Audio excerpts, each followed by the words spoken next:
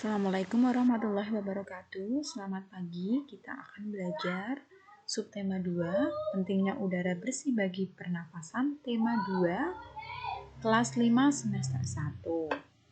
Nah, kita lihat gambar kita langsung lihat di sini gambarnya ya. Nah, di sini ada gambar anak-anak sekolah ya. Mereka menghirup udara kotor dari motor tadi ya, karbon monoksida ya. Kemudian, di sini ada bacaannya untuk anak-anak bisa membacanya sendiri. Berhenti sebentar. Nah, ternyata setelah mereka duduk di bawah pohon rindang, mereka itu menghirup nafasnya itu merasa segar. Mengapa pertama Dayu itu batuk-batuk? Karena ia menghirup udara kotor. Mengapa kita merasa nyaman saat berada di bawah pohon rindang? Anak-anak tadi menghirup oksigen dari tumbuhan tadi, dan tumbuhan tadi menghirup karbon dioksida yang kita buang. Tuh ya. Ini kita langsung masuk ke pembelajaran 1 ya. Ternyata berbagai macam gangguan pernafasan ini dibedakan menjadi 3 ya.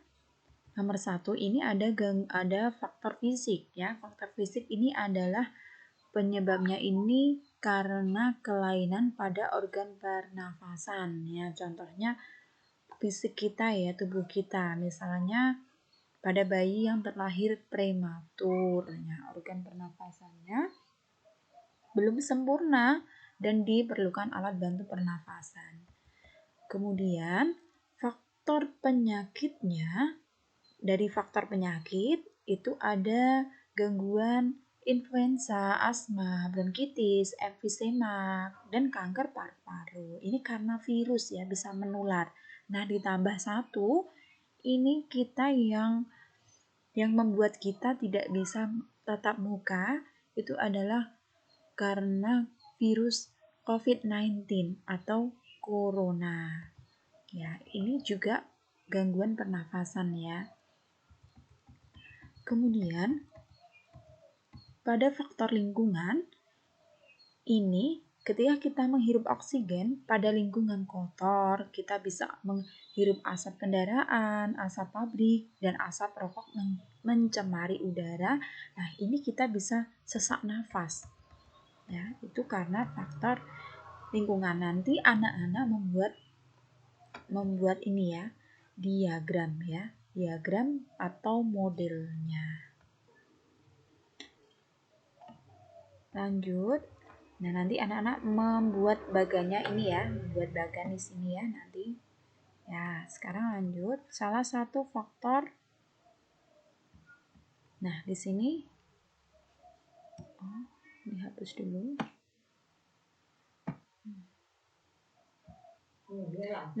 Di sini ada kakek-kakek ya, sedang sakit ya. Pagi itu udara itu dingin ya. Di sebelah rumah Edo itu ada tinggal kakek Husin. Kemudian dia mengidap penyakit asma. Saat udara dingin, kakek Husin akan merasa kesulitan nafas. Kakek Husin biasanya akan segera menyemprotkan obat di dalam botol spray.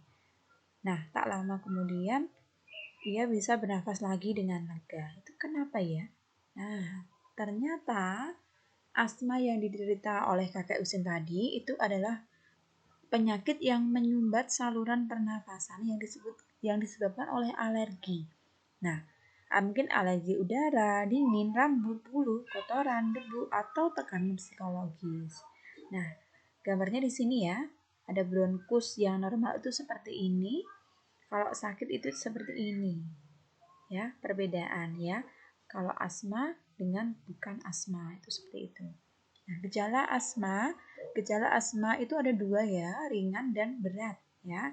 Kalau ringan itu biasanya hanya batuk ya, nafasnya berbunyi, sesak, kemudian berat di dada, dahak sulit keluar. Tapi kalau berat, batuknya hebat ya, sesak nafasnya berat, nafasnya tersengal-sengal, kemudian ada kulit kebiruan yang dimulai dari sekitar mulut. Yang ini adalah sulit tidur dan kesadaran menurun, itu yang berat ya.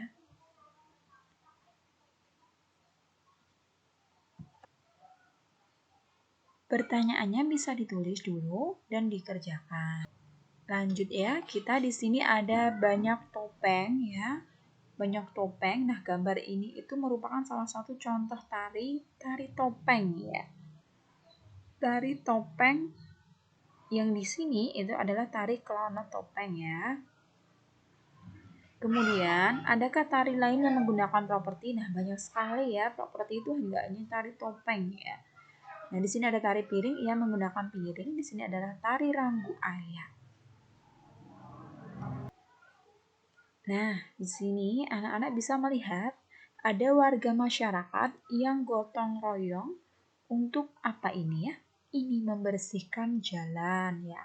Mereka bekerja bakti. Nah, pada hari Minggu warga di daerah tempat tinggal Edo, nah anak-anak bisa membacanya sebentar, berhenti dulu, kemudian anak-anak membaca ya. Nah, silahkan dibaca dulu. Nah, sekarang anak-anak menjawab pertanyaan di bawah ini ya, ditulis ya, kapan kerja bakti dilakukan? Nah, boleh scroll ke atas. Di mana kerja bakti? Nah, bisa ditulis dulu ya. Ya, silahkan ditulis dulu. Nah, ini itu mapel bahasa Indonesia ya. Ya, tulis dulu.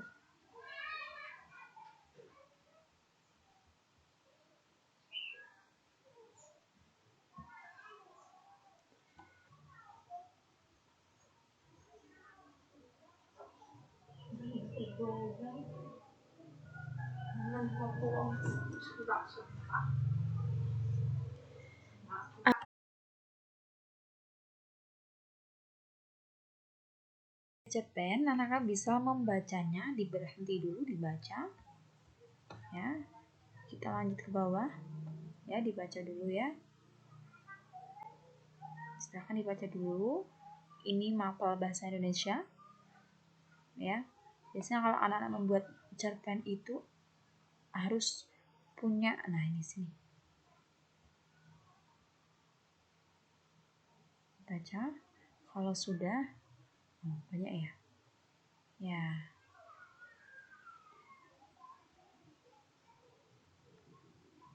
Nah, silahkan dijawab soal-soalnya ya.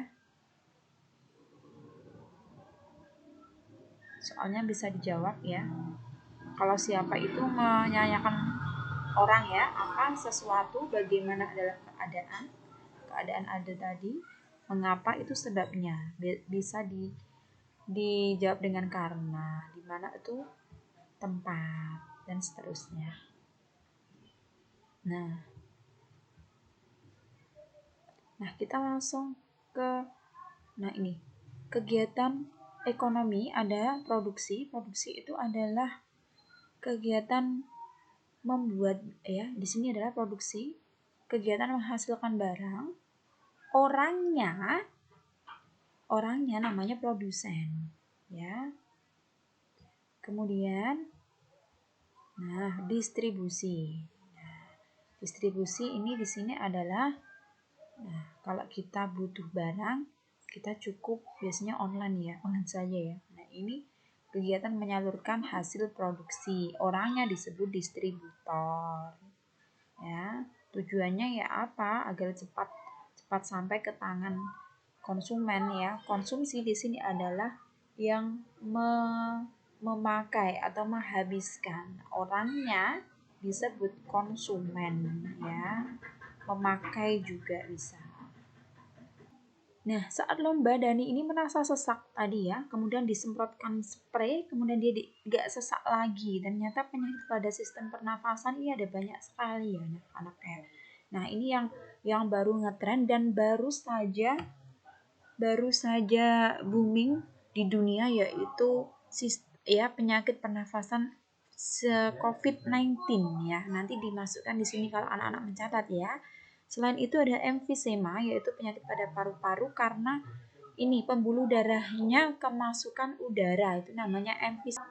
Nah, yang kedua adalah ini ada asma. Tadi sudah saya jelaskan di atas yang kakak Husin tadi ya mungkin. Ya, di sini karena alergi debu, perubahan cuaca. Nah, ini kambuh jika suhu ini rendah atau dingin ya biasanya.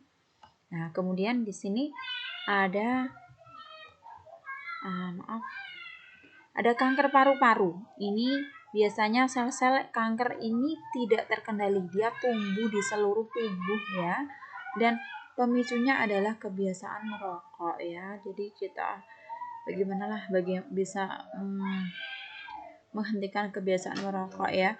Kemudian yang keempat adalah TBC atau tuberkulosis atau TBC. Ini penyakit paru-paru yang disebabkan karena bakteri Mycobacterium tuberculosis. Nah, bakteri ini menimbulkan bintil-bintil pada alveolus. Alveolus itu apa anak-anak? Ya, tempat untuk pertukaran oksigen dan karbon dioksida. Nah, hal ini menyebabkan ya nafasnya itu terengah-engah kalau punya TBC ya. Ya, kalau bronkitis ini itu karena infeksi batang tenggorokan. Ya, ini biasanya penderitanya demam dan lendirnya itu menyumbat batang tenggorokan, akibatnya sesak nafas juga. Selain itu yang sangat mudah menular ini adalah flu atau influenza. Ini penyakitnya timbul karena bersin, demam, dan pilek. Nah, pada pembelajaran yang terakhir di sini ada gambar.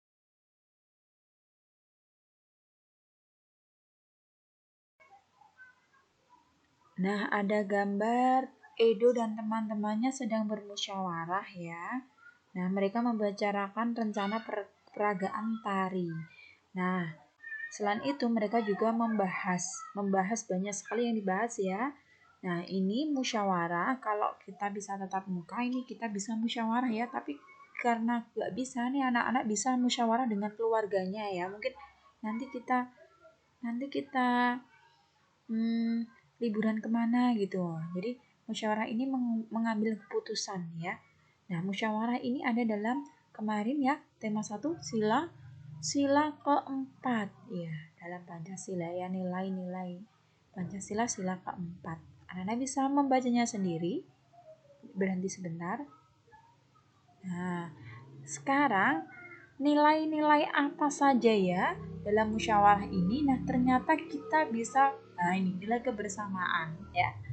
Nilai mengemukakan pendapat ya agar kemudian nilai menghargai pendapat orang lain ya. Jangan langsung kalau nggak suka terus kita nggak sopan kan, nggak benar ya.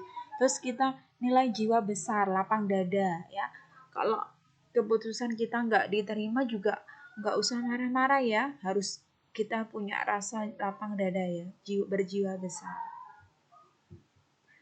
Nah, bisa dibaca sendiri anak-anak ya. Nah, ini ciri-ciri musyawarah untuk mufakat. Nah, ini di anak-anak ya, sesuai dengan kepentingan bersama ya. Usul atau pendapat ini mudah dipahami ya.